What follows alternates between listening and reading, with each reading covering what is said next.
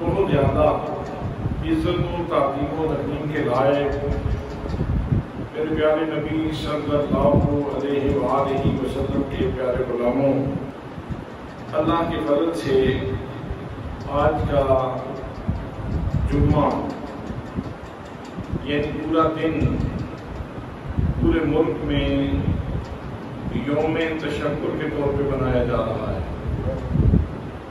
آپ کو یاد ہے کہ گزشتہ خطبہ جمعۃ المبارک میں جب یہاں ہم مسجد میں بیٹھے تھے تو اس وقت ہمارا ملک جنگی حالات میں تھا،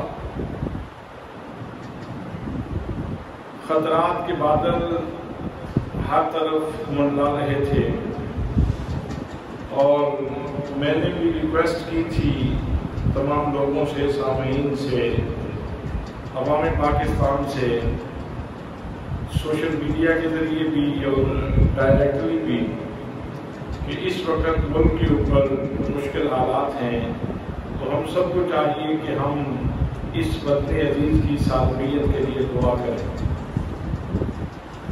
اس لیے کہ دعا کرنا یہ ہمارے آقا کریم صلی اللہ تعالیٰ علیہ وسلم کی سنت مبارکہ بھی ہے اور قرآن مقدس کی تعلیم بھی ہے۔ تو پچھلے جمعۃ المبارک پہ اس وقت سارے لوگ دعاؤں میں مشغول تھے اور اللہ کریم کی بارگاہ میں اس وطن عزیز پاکستان کی سالمیت کے لیے اور اس کی سلامتی کے لیے دعائیں کر رہے تھے۔ اللہ کریم نے کرم نوازی فرمائی اور ہمیں قیادت ایسی عطا فرمائی جس کی رگوں میں خون رسول تھا اور جس کے سینے میں نور قرآن تھا، یعنی میری مراد جنرل سید عاصم منیر شاہ صاحب وہ قیادت کر رہے تھے، اور انہوں نے جس طرح، جس تدبر کے ساتھ، جس معاملہ فہمی کے ساتھ اور جس سنجیدگی کے ساتھ اور قرآن و حدیث سے نور کشید کرتے ہوئے جس طرح انہوں نے امت مسلمہ کی رہنمائی کی ہے، یہ ایسا باب ہے جو ہمیشہ یاد رکھا جائے۔ یہ ان کی ایسی کارروائی ہے جو ہمیشہ یاد رکھی جائے گی۔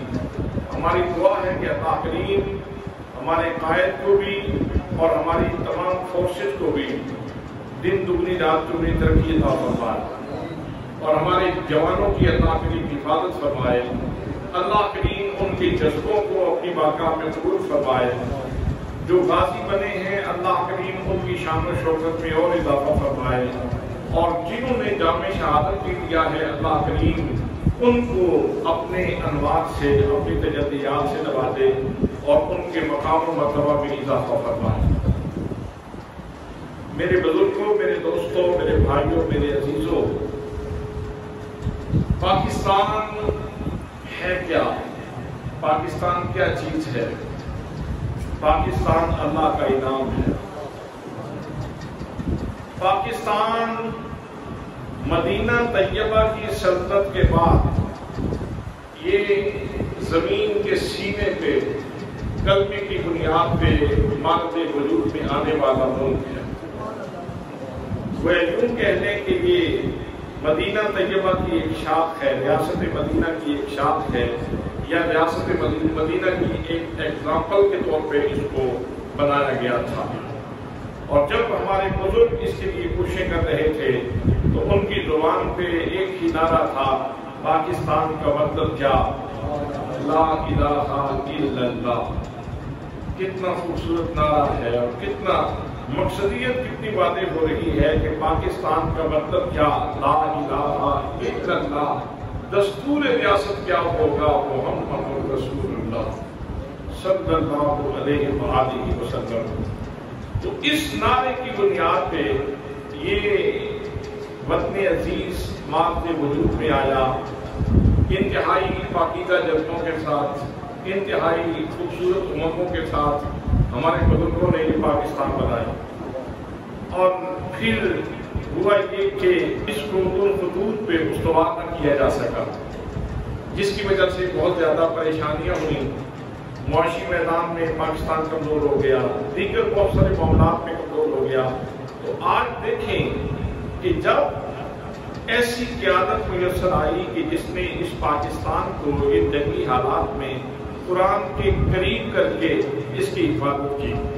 قرآنی اصولوں کو سامنے رکھ کے جب اس نے اپنی پالیسی مرتب کی تو آج اللہ نے اس پاکستان کو کتنی سرفرازی عطا فرمائی, کتنی بلندی عطا فرمائی ہے کہ آج دنیا کے بڑے بڑے چودھری, بڑے بڑے ملک جو کل پاکستان کو خاطر میں نہیں لاتے تھے آج پاکستان کی باتیں کر رہے ہیں. اس کا مطلب یہ ہے کہ پاکستان دراصل کلمے کی تعبیر کا نام ہے. اگر ہم پاکستان کو ترقی کرتے ہوئے دیکھنا چاہتے ہیں تو اس کو قرآن کے قریب رکھنا ضروری ہے, اس کو سنت رسول کے قریب رکھنا ضروری ہے. پاکستان جتنا قرآن کے قریب رہے گا اور جتنا سنت رسول کے قریب رہے گا اتنا ہی اللہ کریم اس کو وقار بھی عطا فرمائے گا, اس کو عزت بھی عطا فرمائے گا اور اس کے ادارے زیادہ سے زیادہ ترقی بھی کریں گے. تو میں عرض کر رہا تھا کہ پاکستان کیا ہے. پاکستان میرے آقا کریم صلی اللہ تعالیٰ علیہ وسلم کا زندہ جاوید معجزہ ہے اور اس کے اوپر میں تفصیلی گفتگو کر چکا ہوں. پورا جمعے کا پورا خطبہ میں اس پہ آپ کی خدمت میں عرض کر چکا ہوں کہ قائد اعظم رحمۃ اللہ تعالیٰ علیہ جب لندن سے یہاں بر صغیر میں آئے تھے تو انہوں نے آ کے کہا تھا کہ میں نوابزادہ لیاقت علی خان کی ملاقات کے نتیجے میں فقط نہیں آیا, علامہ اقبال کے خطوط کے نتیجے میں فقط نہیں آیا, یا بر صغیر کے لوگوں کی ڈیمانڈ کی وجہ سے میں فقط نہیں آیا, مجھے تو میرے آقا نے بھیجا ہے, مجھے تو میرے آقا کریم صلی اللہ تعالیٰ علیہ وسلم نے بھیجا ہے. اور میرے آقا نے مجھے ارشاد فرمایا ہے کہ بر صغیر کے لوگ آزادی کی جنگ لڑ رہے ہیں, تم بر صغیر میں جاؤ, مسلمانوں کی قیادت کرو اور سنو محمد علی جناب میں بھی تمہارے ساتھ ہوں. اس لیے پاکستان یہ میرے آقا کریم صلی اللہ تعالیٰ علیہ وسلم کا زندہ معجزہ ہے. یہ وہ خطہ زمین ہے جس کے بارے میں اشفاق احمد صاحب وہ بھی ایک درویش آدمی ہیں, وہ اپنی کتاب میں لکھتے ہیں کہ ایک دفعہ میں ایک شادی پہ گیا تو وہاں ایک بزرگ تشریف فرما تھے. ان کو پتا چل گیا کہ اشفاق احمد آیا ہوا ہے. وہ اشفاق صاحب کیونکہ ٹی وی پہ پروگرام بھی کرتے تھے تو ان بزرگوں کے علم میں تھی یہ بات. انہوں نے مجھے اپنے پاس بلوا لیا, کہتے میرے گلے میں رومال تھا, وہ رومال انہوں نے پکڑ لیا اور بار بار جھنجھوڑ کے مجھے کہتے تھے اشفاق احمد اپنی قوم سے کہو پاکستان کی قدر کریں, اشفاق احمد اپنی قوم سے کہو پاکستان کی قدر کریں. یہ پاکستان حضرت صالح علیہ السلام کی اونٹنی کی طرح ہے, یہ حضرت صالح علیہ السلام کے اس معجزے کی طرح ہے جن لوگوں نے حضرت صالح علیہ السلام کی اونٹنی کی اونچے کاٹی تھی, وہ ذلیل ہو گئے, تباہ ہو گئے, برباد ہو گئے. تو جو پاکستان کے ساتھ کھلواڑ کرتے ہیں وہ بھی نہیں بچ پائیں گے, وہ بھی تباہ و برباد ہو جائیں گے. اور اشفاق صاحب کہتے ہیں بابا جی بار بار وہ رومال میرے گلے میں جو موجود تھا اس کو بار بار ہلاتے اور بار بار جھنجھوڑ کے مجھے کہتے اشفاق احمد اپنی قوم سے کہو کہ پاکستان کی قدر کریں, پاکستان کی قدر کریں, پاکستان کی قدر کریں. پاکستان اللہ کریم کی بہت بڑی نعمت ہے. واصف علی واصف ایک درویش آدمی ہیں اور ان کا مزار بھی لاہور داتا نگری میں ہے. واصف علی واصف کے مزار کے اوپر جو سڑک کی طرف بڑا دروازہ ہے اس دروازے کے اوپر یہ عمارت بڑی واضح انداز میں لکھی ہوئی ہے. وہ فرماتے ہیں کہ پاکستان نور ہے اور نور کو زوال نہیں. پاکستان نور ہے اور نور کو زوال نہیں.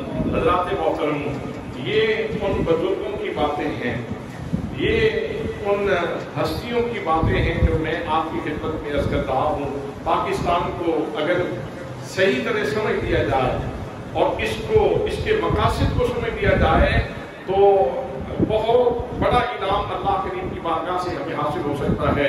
حضرات محترم, آپ کو وہ بات بھی یاد ہوگی کہ جب پاکستان بنایا جا رہا تھا تو حضرت شیخ الاسلام خواجہ محمد قمر الدین سیالوی رحمۃ اللہ تعالیٰ علیہ کو خضر حیات ٹوانا جو اس وقت متحدہ پنجاب کا وزیر تھا, اس نے حضرت شیخ الاسلام خواجہ محمد قمر الدین سیالوی رحمۃ اللہ تعالیٰ علیہ کو خضر حیات ٹوانا نے 2 چٹھیاں بھیجی اور ایک چٹھی میں یہ لکھا تھا کہ جناب آپ زمین مانگیں زمین پیش کی جائے، جائیداد مانگیں جائیداد پیش کی جائے گی، سیم و زر مانگیں سیم و زر پیش کیے جائیں گے، یہ باقی کو جواہر مانگیں وہ پیش کر دیے جائیں گے، جو مانگیں گے ہم پیش کرنے کے لیے تیار ہیں، صرف آپ مطالبہ پاکستان سے پیچھے ہٹ جائیں، آپ قائد اعظم کا ساتھ دینا چھوڑ دیں۔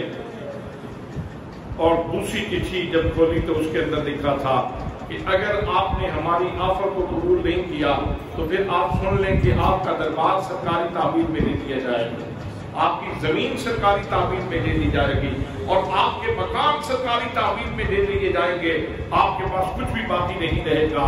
حضرت شیخ الاسلام خواجہ محمد قمر الدین شاذلی رحمۃ اللہ تعالیٰ علیہ نے وہ دونوں چٹھیاں اٹھا کے آپ نے پھینک دی اور پیغام بھیجا خضر حیات کمانا کو کہ میں روزانہ اللہ کریم کے اسماء مبارکہ کا وظیفہ کرتا ہوں، میں روزانہ اللہ کریم کے اسماء حسنہ کا وظیفہ کرتا ہوں، ان ناموں میں مجھے خضر حیات کوئی نام نہیں ملا، عزت دینے والا میرا رب ہے، تم اگر ہم سے کوئی چیز چھیننا چاہتے ہو تو چھین لو، ہم پاکستان کے مطالبے سے پیچھے نہیں ہٹ سکتے۔ حضرات ہمارے بزرگوں نے اتنے خلوص سے، اتنی محبت سے اور اتنے پیار سے یہ پاکستان بنایا ہے، اور ہر چیز کی قربانی دے کر، ہر چیز کو تج کے پاکستان کے ساتھ محبت کی ہے اور پاکستان کو وجود بخشا ہے۔ مجھے یاد ہے حضرت ضیاء الرحمت جسٹس پیر محمد کرم شاہ علی رحمۃ اللہ تعالیٰ علیہ کے والد گرامی جب دو قومی نظریے کی بات لوگوں کو سمجھاتے جلسوں میں جا کے تو آپ لکیر کھینچتے اور لکیر کھینچ کے فرماتے سن لو، اس وقت 1946 کا یہ جو الیکشن ہے اس میں یہ فقط عام سا الیکشن نہیں ہے، یہ کفر اور اسلام کی جنگ ہے، یہ کفر اور اسلام کی جنگ ہے۔ جو مسلم لیگ کو ووٹ نہیں دے گا، آپ فرماتے اس کا ہمارے ساتھ کوئی تعلق نہیں، ہمارے ساتھ اس کا کوئی تعلق نہیں، ہمارا وہ ہے جو پاکستان سے پیار کرے، جو اسلام سے پیار کرے۔ ہماری محبت کے دو ہی معیار ہیں کہ اسلام سے پیار کرو، پاکستان سے پیار کرو۔ تو ہم کیونکہ پاکستان کی جنگ لڑ رہے ہیں، ہم نے ملک بنانا ہے، تو جو ہماری محبت کے دائرے میں رہنا چاہتا ہے وہ پاکستان کی سٹرگل میں ہمارے ساتھ شریک ہو جائے۔ حضرات محترم، یہ تو چند ہستیوں کی بات میں نے آپ کی خدمت میں عرض کی۔ حضرت پیر جماعت علی شاہ صاحب علی پوری رحمۃ اللہ تعالیٰ علیہ، حضرت پیر امین الحساس صاحب مانکی شریف والے، حضرت پیر صاحب آپ بطوڑی شریف، پیر صاحب آپ بطوڑی شریف، اور جتنے مشائخ تھے سارے کے سارے حضرت قائد اعظم رحمۃ اللہ تعالیٰ علیہ کے پیچھے کھڑے تھے، اور قائد اعظم کو انہوں نے اپنا بڑا قائد مانا ہوا تھا، اور یہ سٹرگل جاری تھی۔ اللہ کے ولیوں کی کوششوں کے نتیجے میں پاکستان واضح وجود میں آیا۔ اس لیے ہم کہتے ہیں اولیاء کا ہے فیضان، پاکستان پاکستان، اولیاء کا ہے فیضان، پاکستان پاکستان، اولیاء کا ہے فیضان، پاکستان پاکستان، اولیاء کا ہے فیضان، پاکستان پاکستان، اولیاء کا ہے فیضان، پاکستان پاکستان۔ یہ اولیاء کا فیضان ہے، یہ اولیاء کی دھرتی ہے، یہ اولیاء کی سلطنت ہے۔ حضرات محترم، اس لیے یہاں کوئی اور نظام سوٹ ہی نہیں کرتا، یہاں ایک ہی نظام سوٹ کرتا ہے، اور وہ ہے قرآن کا نظام، وہ ہے نبی کریم صلی اللہ تعالیٰ علیہ وسلم کی سیرت کا نظام۔ تو ہمارے لیے ضروری ہے ہم اپنے حکام کو بھی، اپنے اصحاب بست و کشاد کو بھی یہ گزارش کریں گے کہ اگر اس وطن کو ترقی کی طرف دیکھنا چاہتے ہو، جتنا اس کو قرآن کے قریب رکھو گے، جتنا اس کو سنت رسول صلی اللہ تعالیٰ علیہ وسلم کے قریب رکھو گے، اتنا ہی اللہ کریم اس کو ترقی عطا فرمائے۔ آج میں نے واصف علی واصف صاحب کا جو جملہ آپ کی خدمت میں عرض کیا ہے، اس کی تھوڑی سی میں نے تشریح کر دی ہے۔ وہ فرماتے ہیں پاکستان نور ہے اور نور کو زوال نہیں۔ سبحان اللہ۔ نور کسے کہتے ہیں؟ نور کی تعریف کیا ہے؟ نور کی تعریف یہ ہے الظاہر بنفسہ والمظہر لغیرہ۔ نور اسے کہتے ہیں جو خود بالکل نمایاں ہو، بالکل ظاہر ہو، اور دوسری چیزوں کو بھی ظاہر کر دے، دوسری چیزوں کو بھی ظاہر کر دے، جو بذات خود ظاہر ہو اور دوسروں کو ظاہر کر دے۔ حضرات محترم، آپ یہ دیکھیں کہ ملک پاکستان یہ ظاہر ہے، اور اتنا ظاہر ہے کہ نبی کریم صلی اللہ تعالیٰ علیہ وسلم کے معجزے کی صورت میں ظاہر ہے، معجزے کی صورت میں ظاہر ہے، اللہ کی ایک امانت کی صورت میں ظاہر ہے، اور اس نے بہت ساری چیزوں کو ظاہر کر دیا ہے۔ خاص طور پہ ان جنگی حالات میں تو بہت ساری چیزیں ظاہر ہوئی ہیں۔ سب سے پہلی چیز جو ظاہر ہوئی وہ یہ ہے کہ بظاہر دنیا کی نظر میں پاکستان چھوٹا ملک تھا، انڈیا بڑا ملک تھا، آبادی کے لحاظ سے بھی 6 گنا بڑا ہے وہ ملک، اسی طرح اسباب و وسائل کے حوالے سے بھی، اور پھر انہوں نے وہ جو رافیل جب سے دیا تھا اس وقت سے تو ان کے پاؤں زمین پہ نہیں لگ رہے تھے کہ ہمارے پاس رافیل ہے، اور پھر اسرائیلی ڈرونز کے اوپر انہیں بڑا ناز تھا کہ ہمارے پاس اسرائیلی ڈرونز ہیں، اور پھر ان کو جو رشین ڈیفنس سسٹم ہے S-400 اس کے اوپر بڑا ناز تھا کہ ہمارے پاس جو ڈیفنس سسٹم ہے ایسا ڈیفنس سسٹم اور کسی کے پاس نہیں، اور اسی طرح دیگر چیزوں کے اوپر انہیں بہت بڑا ناز تھا۔ اور پاکستان کے چونکہ ایک طویل عرصہ سے اندرونی حالات وہ خدشات کا شکار تھے، تو ساری دنیا کا زاویہ نظر تھا کہ یہ کمزور سا ملک ہے، تو یہ پتہ نہیں اس کے سامنے کھڑا ہو سکے گا کہ نہیں کھڑا ہو سکے گا۔ حضرات محترم، جب جنگی حالات بنے تو ہماری فورسز نے بھی، ہمارے قائدین نے بھی، سیاسی قیادت نے بھی اور فوجی قیادت نے بھی، سب نے اللہ کریم کی ذات گرامی کے اوپر بھروسہ کیا۔ آپ مجھے بتائیں جنگ شروع ہونے سے پہلے آپ کی رائے کیا تھی، آپ کی سوچ کیا تھی؟ صرف آج کے بعد اللہ کی ذات کی طرف جاتی تھی، اللہ مہربانی فرمائے تو پھر ضرور ہم بچ سکتے ہیں، مگر نہ ہم شاید کمزور ہوں گے۔ حضرات محترم، پوری کی پوری قوم ان کی توجہات کی اللہ کی ذات گرامی کے اوپر لگی ہوئی تھی، اور سب اللہ کریم کی ذات گرامی کے اوپر بھروسہ کیے ہوئے تھے۔ توکل علی اللہ کی یہ خوبصورت مثال قائم ہوئی، اور پھر نتیجہ یہ نکلا کہ اللہ کریم نے اس توکل کی برکتیں ظاہر فرما دی، اور اللہ نے پاکستان کو ترقی عطا فرما دی۔ ایک چیز تو یہ ظاہر ہوئی کہ توکل کرو گے تو اللہ کریم تمہیں نصرت سے نوازے گا، کامیابی سے نوازے گا۔ اللہ کی ذات کے اوپر توکل کرنے کا صلہ یہ ہے کہ اللہ نے پاکستان کو کامیابی عطا فرمائی۔ اس لیے انسان کو چاہیے کہ اسباب و وسائل اپنی جگہ پہ، لیکن اللہ کی ذات کے اوپر اس کو توکل کرنا چاہیے۔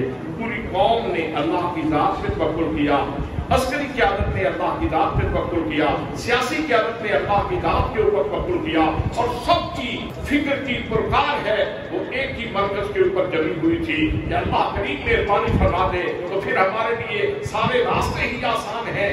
جب قوم نے اللہ کی ذات کے اوپر اعتماد کیا تو اللہ کریم نے ہمیں کامیابی عطا فرمائی۔ حضرات محترم، دوسرا، ہمارے جنرل صاحب نے یہ جتنا جنگی سفر ہے، یہ 4-5-6 دن کا، 6-7 مئی کی رات سے لے کر 10 کی فجر تک، یہ جتنا سفر انہوں نے طے کیا ہے، بلکہ پہلگام کے واقعہ سے لے کر 10 مئی تک جتنا سفر انہوں نے جنگی سفر طے کیا ہے، یہ سارے کا سارا انہوں نے قرآن مقدس کے انتہائی قریب رہ کے سفر طے کیا۔ جیسے جیسے جنگ کے بادل منڈلا رہے تھے اور جنگ قریب آ رہی تھی، تو ہمارے سید صاحب نے، ہمارے جرنیل نے اس آپریشن کا جو نام رکھا، جو فضا بن رہی تھی، اس فضا کا نام رکھا فضائے بدر۔ اس فضا کا نام کیا رکھا تھا؟ فضائے بدر۔ اور میں سمجھتا ہوں کہ یہ ان کا بڑا شعوری فیصلہ تھا۔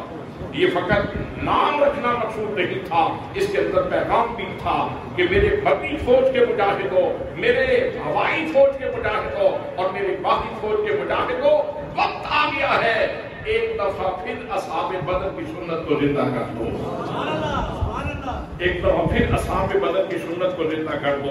وسائل کی کمی اپنی جگہ پہ، یہ باقی معاملات اپنی جگہ پہ، لیکن جب اللہ کی نصرت آتی ہے اور اللہ کے بندے جب اللہ کی ذات کے اوپر توکل کر کے میدان میں نکلتے ہیں تو پھر اللہ کریم کامیابیوں سے نواز دیتا ہے۔ یہ فضائے بدر کا نام دینا یہ دو حوالوں سے بڑا اعلیٰ ہے. ایک تو ہماری قیادت نے بتایا کہ ہمارے ذہنوں میں اس وقت دنیا کا کوئی اور فاتح آئیڈیل نہیں ہے. مختلف لوگوں کے ذہنوں میں مختلف آئیڈیالوجی ہوتی ہے. کسی کے سامنے کوئی، کسی کے سامنے کوئی. اگر کوئی یہودی اور نصرانی ہے تو اس کے سامنے شاید ہٹلر ہوگا یا کوئی اور ہوگا. لیکن ہماری قیادت نے فضائے بدر کا نام دے کر یہ بتا دیا کہ ہمارے سامنے جو آئیڈیل نمونہ پروگرام ہے وہ مصطفیٰ کریم صلی اللہ تعالیٰ علیہ وسلم کی سنت مبارکہ ہے. سنت مبارکہ ہے. فضائے بدر کا نام دیا. الحمدللہ. اس پہ خوشی ہوتی ہے کہ نہیں؟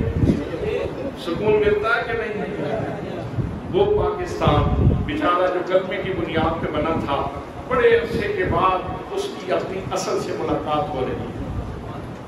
اس کی اپنی اصل سے ملاقات ہو رہی ہے. حضرات محترم، پھر اس فضائے بدر میں جو مومن کی للکار ہے اس کو دیا نام للکار مومن کا. للکار مومن، فضائے بدر اور للکار مومن کہ مجاہدوں جب تم نے میدان میں نکلنا ہے تو مومنانہ للکار سے نکلنا ہے. جیسے کبھی حضرت صدیق اکبر للکارے تھے، کبھی فاروق اعظم للکارے تھے، جیسے حضرت علی حیدر کرار میدان میں للکارتے تھے، جیسے صحابہ کرام میدان میں للکارتے تھے، ایسے ہی تم نے للکار کے میدان میں نکلنا ہے. اور وہ للکار کیا تھی؟ نعرہ تکبیر. آپ نے سکرین کے اوپر، موبائل کی سکرین کے اوپر دیکھا ہوگا، ٹی وی کی سکرین کے اوپر دیکھا ہوگا کہ ہمارے مجاہدین وہ کس طرح اللہ اکبر کے نعرے لگا کے خوشی منا رہے تھے، اور محاذ پہ نکلتے ہوئے وہ کس طرح اللہ کو یاد کر رہے تھے. دوسری چیز یہ واضح ہوئی کہ اگر قیادت، اس کا ذہن، اس کا فکر قرآن کے قریب رہے، اس سے مسلمانوں کو کامیابیاں نصیب ہوتی. اور جو فائنل آپریشن تھا اس کا نام کیا رکھا؟ بنیان مرصوص. بنیان مرصوص. میں اس کی تشریح کرتا ہوں. اللہ کریم نے قرآن مقدس میں ارشاد فرمایا سورۃ البقرہ میں، فرمایا ان اللہ یحب الذین یقاتلون فی سبیلہ صفا کأنہم بنیان مرصوص.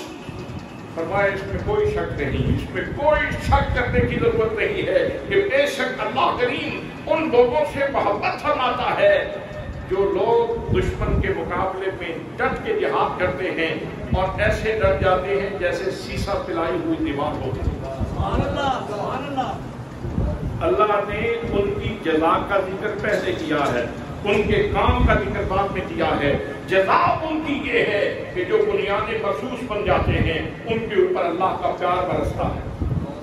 تو پیار کی برسات کا ذکر پہلے کر دیا، محبت کا جو انعام ہے اس کا ذکر پہلے کیا اور ان کے کردار کا ذکر بعد میں کیا. یہ تشریح ہے، یہ حوصلہ افزائی ہے مجاہدین کی. اور ہماری قیادت جب قرآن مقدس کی آیت پڑھ کے اس پوری آپریشن کو بنیاد مرصوص کا نام دے رہی تھی تو گویا یہ پیغام دیا جا رہا تھا کہ مجاہدوں بنیاد مرصوص کی طرح ڈٹ جاؤ، پھر دیکھو اللہ کا پیار کیسے برستا ہے. اور پھر اللہ کا پیار برسا کہ نہیں؟ پھر اللہ کی محبت برسی کہ نہیں؟ پھر اللہ کا انعام ہوا کہ نہیں؟ تو ہمارے قائد نے، ہمارے فوجی قیادت نے اس پورے آپریشن کا نام دیا بنیان مرصوص. اور یہ قرآن مقدس سے مستفاد، قرآن مقدس سے دیا ہوا ایک نام ہے. اس کا مطلب یہ ہے کہ انہوں نے گام گام پہ، قدم قدم پہ، مرحلہ مرحلہ جتنا سفر کیا ہے، اس سارے جنگی سفر میں انہوں نے ان قرآن مقدس کو اپنے ہاتھ میں ضرور لیے رکھا ہے. حضرات محترم، پھر اس پورے مارکا کو نام دیا مارکا حق. اس پورے مارکا کو نام دیا مارکا حق. اب جو چیز ظاہر ہوئی میں نے وہ عرض کیا نا کہ نور کہتے ہیں اس کو جو بذات ہی بنفس ہی ظاہر ہو اور دوسروں کو ظاہر کر دے. تو اس نور نے، پاکستان کے نور نے یہ واضح کر دیا کہ اگر تم کامیابی چاہتے ہو تو قرآن کے قریب رہو گے تو کامیاب ہو جاؤ. اب بدر میں جو کچھ ہوا اور للکار مومن جیسے لگائی گئی اور بنیان مرصوص جیسے صحابہ کرام بنے، یہ سارے کے سارے سیرت کے چیپٹر ہیں.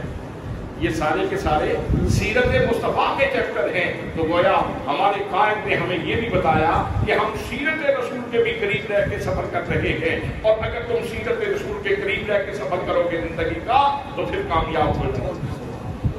حضرات محترم، یہاں سے ایک چیز یہ بھی ظاہر ہوتی ہے کہ اللہ پر بھروسہ بھی اپنی جگہ پہ بڑا اہم ہے، توکل بڑی اعلیٰ چیز ہے، اور قرآن مقدس کے ساتھ وابستگی بھی بڑی اعلیٰ چیز ہے، سیرت رسول صلی اللہ تعالیٰ علیہ وسلم کے ساتھ وابستگی بھی بڑی اعلیٰ چیز ہے. لیکن جدید ٹیکنالوجی کا علم بھی بہت ضروری ہے.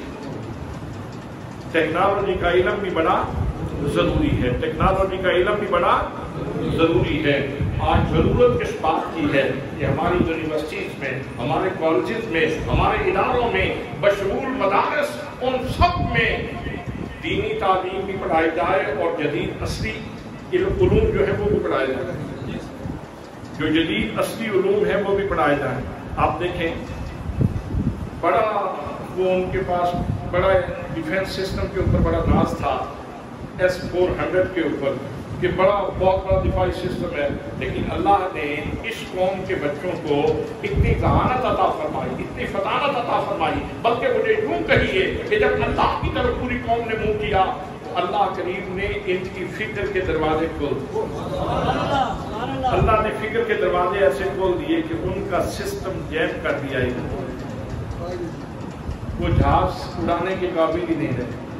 کوشش کے باوجود ان کا ڈیفینس سسٹم ناکام ہو گیا. اس کا مطلب یہ ہے کہ ضرورت اس بات کی ہے کہ جدید سے جدید علوم ہم اپنے بچوں کو پڑھائیں. امت مسلمہ کی بقا کے لیے، امت مسلمہ کے تحفظ کے لیے، اپنے ملک کی بقا کے لیے اور اپنے ملک کے تحفظ کے لیے ضروری ہے کہ ہم اپنے بچوں کو جدید سے جدید علوم پڑھائیں. یہاں ایک اور بات آپ کو سنا دوں. رافیل طیارہ جب انڈیا نے خریدا تو ایک امریکی تجزیہ نگار نے یہ بات بیان کی ہے. وہ کہتے ہیں جب انہوں نے رافیل خریدا تو کسی کرکٹر نے بڑے ناز سے کہا بھائی اب تو انڈیا میں بڑے پرندے آ گئے، اب تو انڈیا میں بڑے پرندے آ گئے، اب تو ہم ناقابل تسخیر ہو چکے، بڑے پرندے آ گئے ہمارے پاس. تو کسی کے پاس سے جواب دیا پاکستان سے بچا کے رکھنا، یہ لوگ بڑے پرندوں کا بڑے اچھے طریقے سے شکار کرنا جانتے ہیں. پاکستان سے بچا کر کے رکھنا، یہ بڑے پرندوں کا بڑے اعلیٰ طریقے سے شکار کرنا جانتے ہیں. اور آج وہ بات ثابت ہوئی کہ اللہ کریم نے اس قوم کو ایسا ذہن عطا فرمایا ہے، ایسی پاکیزگی فکر کی عطا فرمائی ہے اور ایسا ہنر عطا فرمایا ہے کہ وہاں رافیل بھی ناکام اور اسرائیلی ڈرون بھی ناکام اور رشین جو ڈیفینس سسٹم ہے وہ بھی ناکام ہو گیا. تو جو چیز ہمارے لیے اس جنگ میں ظاہر ہوئی وہ یہ ہے کہ ہمارے بچوں کے لیے جدید تعلیم حاصل کرنا بہت ضروری ہے.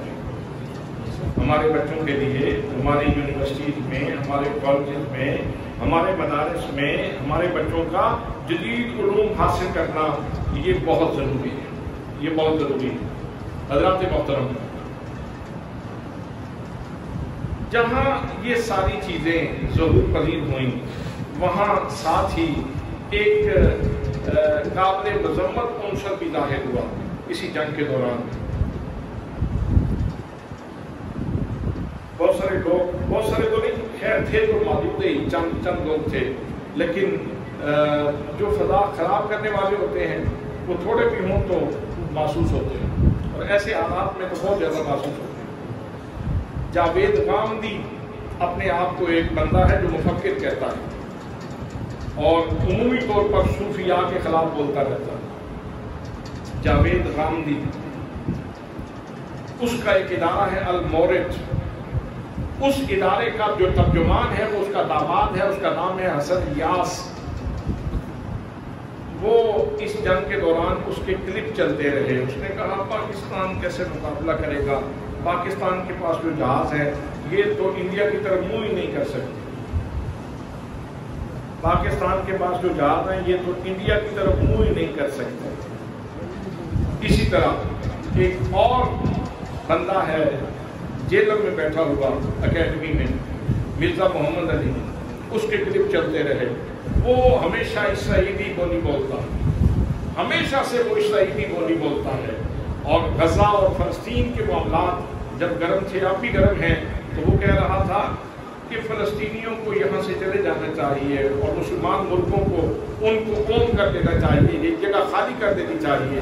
مطلب یہ کہ اسرائیلی ایجنڈے کی تکمیل ہو جائے. تو پاکستان کے حوالے سے بھی اسی طرح کمزوری کی باتیں وہ کر رہا تھا اور پاکستان کی کمزوری کا دوہا پڑ رہا تھا. اسی طرح چند اور لوگ بھی تھے. تو وہ عنصر بھی ظاہر ہوئے جو پاکستان کے دشمن تھے، اور لوگوں کو پتہ چل گیا کہ کون سے لوگ ہیں جو پاکستان کے وفادار ہیں اور کون سے لوگ ہیں جو پاکستان کے غدار ہیں. وفاداروں کا پتہ بھی چل گیا اور غداروں کا پتہ بھی چل گیا. حضرات محترم، مجھے بتائیے سوشل میڈیا سے رابطہ آپ کا بھی رہا، کسی سنی عالم نے کوئی کمزور بات کی ہو، کسی سنی پیر نے کوئی کمزور بات کی ہو، اینی ون، پورے پاکستان میں کسی ایک سنی عالم کا کوئی بیان، کسی ایک سنی پیر کا کوئی بیان کہ جس میں کمزوری ہو، حضرات محترم سب نے یہی کہا الجہاد الجہاد، لبیک لبیک لبیک لبیک لبیک لبیک. علماء تو دور کی بات ہے، مشائخ تو دور کی بات ہے، ہمارے کسی سنی نمائندے، کسی عام بندے نے بھی اس طرح کی کمزور بات نہیں کی. اس کی وجہ یہ ہے کہ آپ نے جنگ کے دوران بھی دیکھا کہ جب فوجی نوجوان توپوں میں وہ اسلحہ لوڈ کر رہے تھے اور اس کے بعد وہ وہاں شکر کے کلمات کہہ رہے، نعرے لگا رہے. بھئی انڈیا کی فوج کا اور ہماری فوج کا مرال کا بڑا فرق ہے، اور وہی مرال کا اثر ادھر قوم کے اندر بھی موجود ہے. انڈین جب کسی کو اپنے فوجی کو جہاز کے اوپر بٹھاتے ہیں تو وہ موت کے منہ میں نکیل رہے ہوتے ہیں. وہ بندہ موت کے افریت کے منہ کے اندر جانے کی تیاری کر رہا ہوتا ہے اور اس وقت اس کے حوصلے ٹوٹ رہے ہوتے ہیں. لیکن جب کسی مسلمان کو جہاز میں بٹھایا جاتا ہے تو اس وقت اس کے حوصلے کمزور نہیں ہوتے، بلکہ وہ یہ سوچ رہا ہوتا ہے فانی دے کے اللہ سے حقیقی زندگی لینی ہے. میں نے فانی کا تحفہ پیش کرنا ہے اور باقی کا تحفہ دے دینا ہے. مجھے تو حیات دائمی مل جائے گی، حیات ابدی مل جائے گی، ہمیشہ کی زندگی مل جائے گی. اس لیے میرا یہ سودا کھاتے کا سودا نہیں ہے بلکہ یہ نفع کا سودا ہے.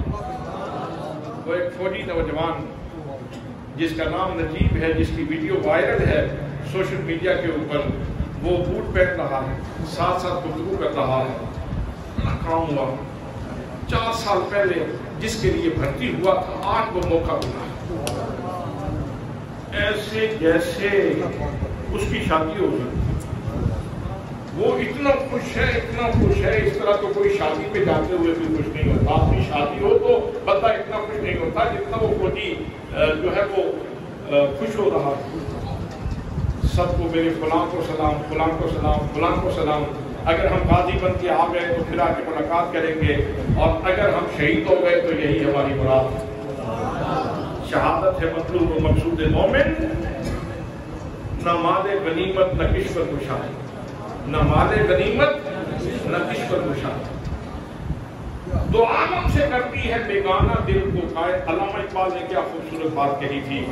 دو عالم سے کرتی ہے بیگانہ دل کو، عجب چیز ہے لذت آشنائی. عجب چیز ہے لذت آشنائی.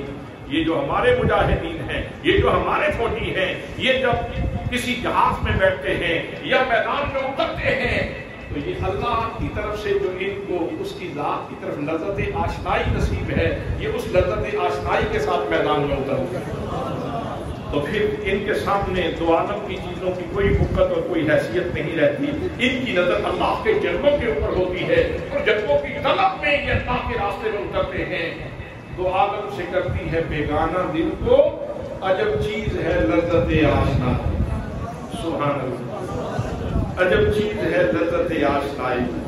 بھئی جن کو لذت آشنائی نصیب ہوتی ہے اپنے مالک سے، معبود حقیقی سے، محبوب حقیقی سے، مطلوب حقیقی سے، پھر ان کی زندگی کے دھارے بدل جاتے ہیں، ان کی سوچیں بدل جاتی ہیں، ان کے افکار بدل جاتے ہیں، ان کا انداز زندگی بدل جاتا ہے، ان کے معاملات بدل جاتے ہیں. اور حضرات یہ ہمارے فوجیوں کا مرال اسی وجہ سے بلند ہوتا ہے. وہ کہتے ہیں کیا بات ہو، یہ تو سعادت ہے، یہ تو موقع بڑے عرصے کے بعد ملا کہ آج ہم شہادت کا جام پینے لگے، آج ہم تاج شہادت سے بے سر کرنے کے لیے میدان میں جا رہے ہیں. حضرات محترم، یہ چیزیں بھی اس موقع پہ اس جنگ کے دوران ہم نے اپنی آنکھوں سے دیکھی ہے. تو پاکستان نور ہے. تو نور کی تعریف کیا ہے؟ جو خود ظاہر ہو اور دیگر چیزوں کو ظاہر کرے. جو خود ظاہر ہو اور دیگر چیزوں کو ظاہر کر دے. تو پاکستان نے بہت کچھ ظاہر کر دیا. ایک دفعہ پھر ہمیں قرون اولیٰ سے ہمارا تعلق جوڑ دیا. وہ جو پرانی داستانیں سنا کرتے تھے، 65 کی وہ جنگ کا ایک واقعہ میرے ذہن میں آ رہا کہ اس میں ہمارا ایک سپاہی قیدی بن گیا، انڈیا نے پکڑ لیا. اس وقت وہ بے ہوش تھا، تو اس کو جنگی قیدی کے طور پہ وہ لے گئے ہاسپٹل میں. تو ہاسپٹل میں جب پہنچے تو اس کو خون لگا رہے تھے تاکہ اس کو ہوش آئے. تو جب خون کی بوتل اس کو لگانے لگے تو اس وقت اس کو ہوش آئی. تو اس نے منظر نامہ دیکھا کہ یہ میرے دائیں بائیں لوگ کوئی مسلمان تو نہیں. اس نے پوچھا میں کہاں ہوں؟ تو انہوں نے کہا آپ جنگی قیدی ہیں اور آپ ہماری گرفت میں ہیں، آپ انڈیا میں ہیں اور ہم آپ کی جان بچانے کے لیے خون لگانے لگے ہیں. تو اس نے ہاتھ جھٹک دیا. وہ جو خون لگا رہے تھے اس نے ہاتھ جھٹک کے کہا میں یہ خون اپنی جگہوں میں نہیں آنے دوں گا. میں کلمہ پڑھنے والی ماں کا دودھ پینے والا ہوں. میں گائے کا پیشاب پینے والی قوم کا خون اپنی جگہوں میں نہیں آنے دوں گا. میری جان جاتی ہے تو چلی جائے، میری جان جاتی ہے تو چلی جائے، لیکن میں یہ حرکت نہیں کرنے دوں گا. حضرات محترم، یہ وہ پاکیزگی ہے جو اللہ نے اس قوم کو عطا فرمائی. اور اللہ کریم نے قرآن پاک کی برکت سے، توکل کی برکت سے، سیرت مصطفیٰ صلی اللہ تعالیٰ علیہ وسلم کی برکت سے اللہ نے پاکستان کو کتنی شاندار فتح عطا فرمائی. رافیل ناکام، ڈرون سسٹم ناکام، وہ ڈیفنس سسٹم ناکام. اور کمال یہ ہے کہ کم سے کم نقصان پاکستان. طیاروں کا تو کوئی نقصان ہوا ہی نہیں. ہاں شہادتیں ہوئی ہیں، ایک ایک بندہ قیمتی ہے، اس لیے ہم یہ تو نہیں کہتے کہ ہمارا بالکل نقصان نہیں ہوا. جو ہماری جانیں گئی ہیں وہ بڑی قیمتی جانیں تھیں، لیکن ان کو اللہ نے جان خوش تاج شہادت عطا فرما دی. لیکن وہ چند لوگ ہیں، اس کے مقابلے میں اگر انڈیا میں دیکھیں تو سب ماتم بھی. اچھا، ایک اور چیز بڑی واضح ہوئی اس دوران. انڈین میڈیا نے اتنا جھوٹ بولا، اتنا جھوٹ بولا، اتنا جھوٹ بولا.